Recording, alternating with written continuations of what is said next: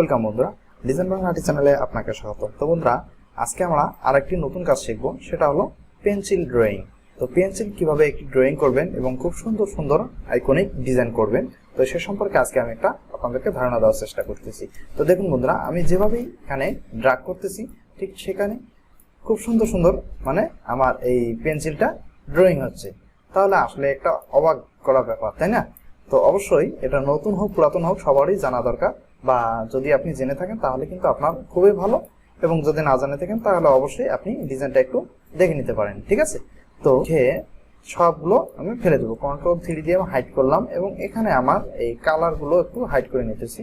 দেন all select করে সবগুলোকে ফেলে দিলাম। ফেলে দেওয়ার পর এগুলোকে আনহাইড করে নিলাম। এই দুটোকে আমি বেসিক হিসেবে রেখে দিলাম। রেখে দেওয়ার পর এখানে আমার কাজ করব। তো আসলে আমি এই যে পেন্সিলটা কিভাবে তৈরি করেছিলাম, ঠিক আছে, এই পেন্সিলটা কিভাবে তৈরি করেছিলাম, তো আজকে আমি সম্পূর্ণ আপনাদেরকে গাইডলাইন হিসেবে সাপোর্ট দেব। তো সর্বপ্রথম আমি করব কি, পেন্সিলের বডিটা তৈরি করব, ঠিক আছে?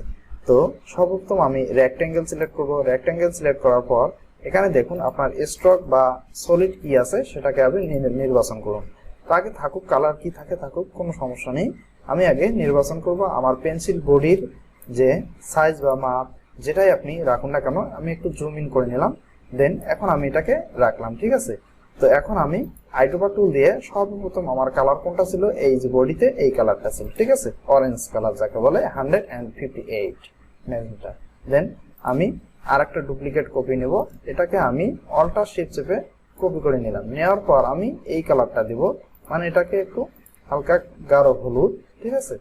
দেন আরো একটা কপি নিব, কন্ট্রোল ডি চাপলে আমার এসে যাবে, কারণ আমি এটাকে একবার পুনরায় কপি করেছিলাম, একবার দেখানো হয়েছিল। দেখুন আমি আর একটা কালার শো করে দিলাম। এখানে আমার 3টা কালার হয়ে গেল, ঠিক আছে? 3টা কালার হওয়ার পর আমি এখানে কন্ট্রোল জি দিয়ে গ্রুপ করে দিতে পারি। গ্রুপ করে দেওয়ার পর আমি পেন্সিলের পিছন পাশটা আগে তৈরি করব।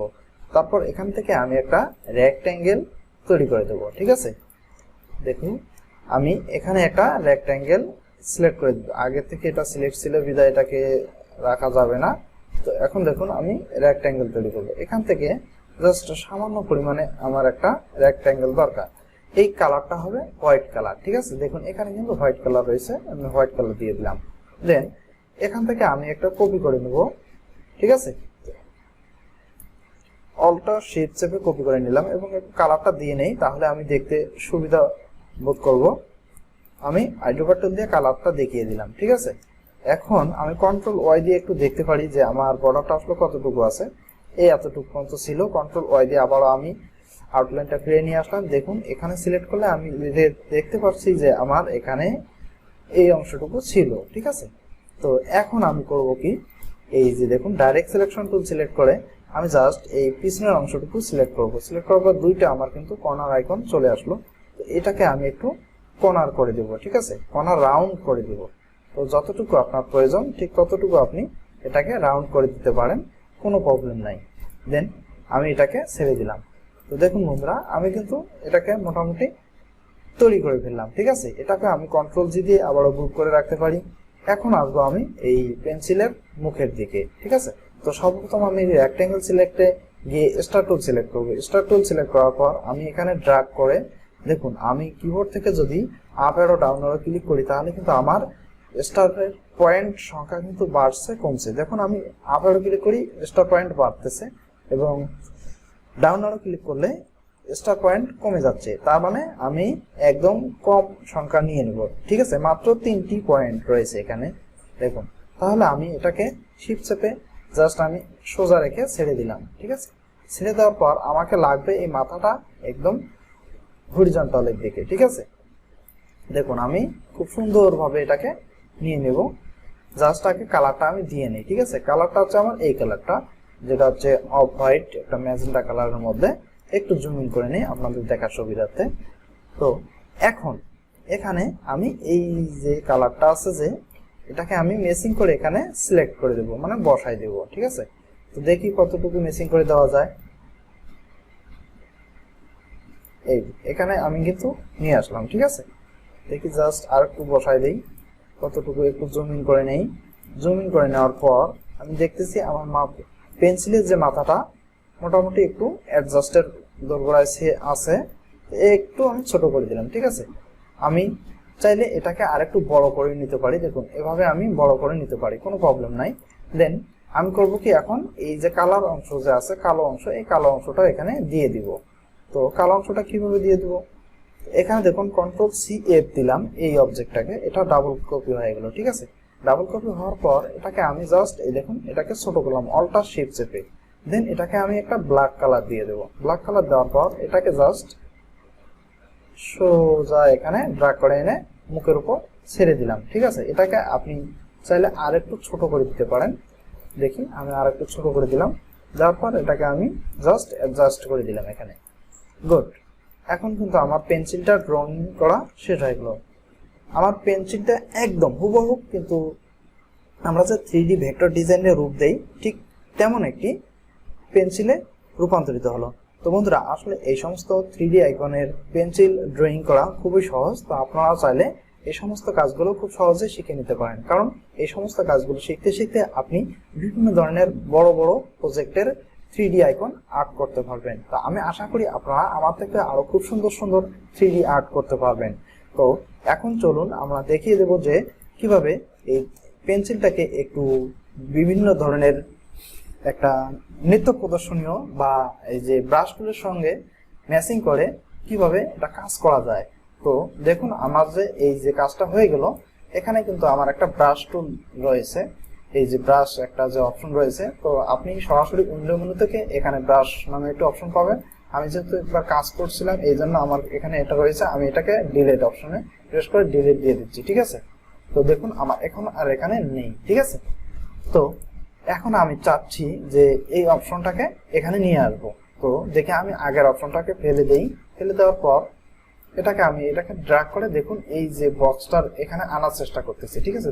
দেখুন ছেড়ে দিলাম, এখানে দেখা যাচ্ছে। তখন পপ আপ বক্স চলে আসলে আপনি আর্ট ব্রাশ ক্লিক করুন। আর্ট ব্রাশ ক্লিক করার পর ওকে প্রেস করুন। ওকে প্রেস করার সঙ্গে সঙ্গে আর একটি বক্স চলে আসলো। তো আপনি এখান থেকে নামটা সিলেক্ট করে দিতে পারেন। এখানে দেখুন আমি দিলাম পেন্সিল, PENCIL, পেন্সিল নামটা লিখে দিলাম। দেখুন এখানে আইকন সহ চলে আসছে, ঠিক আছে। সরি, আমি পেন্সিল লেখাটাই রাখি। তো এখন দেখুন স্পেস বিটুইন গাইড, আপনি এটাকে সিলেক্ট করে দিতে পারেন। সিলেক্ট করে দেওয়ার পর এখন দেখুন আপনার কিন্তু একটা মার্জিন বরাবর চলে আসলো। আপনি এখান থেকে একটু মার্জিনগুলো এই বরাবর রাখার চেষ্টা করবেন। দেখুন এই বরাবর রাখলে আপনার কিন্তু কাজের সুবিধা হবে। দেখুন আমি এই বরাবর রাখলাম, ঠিক আছে। দেন ওকে প্রেস, আর কোনো কিছু করতে হবে না আপনাকে, ঠিক আছে। তো এখন আমি কি করব, সরাসরি যে কোনো একটা পেন্সিল আপনি যদি আর্ট করতে চান বা আপনি যে এভাবে ড্রয়িং করবেন, এটাকে সলিড আছে স্টকে নিয়ে আসলাম। দেখুন আমি এভাবে দিচ্ছি।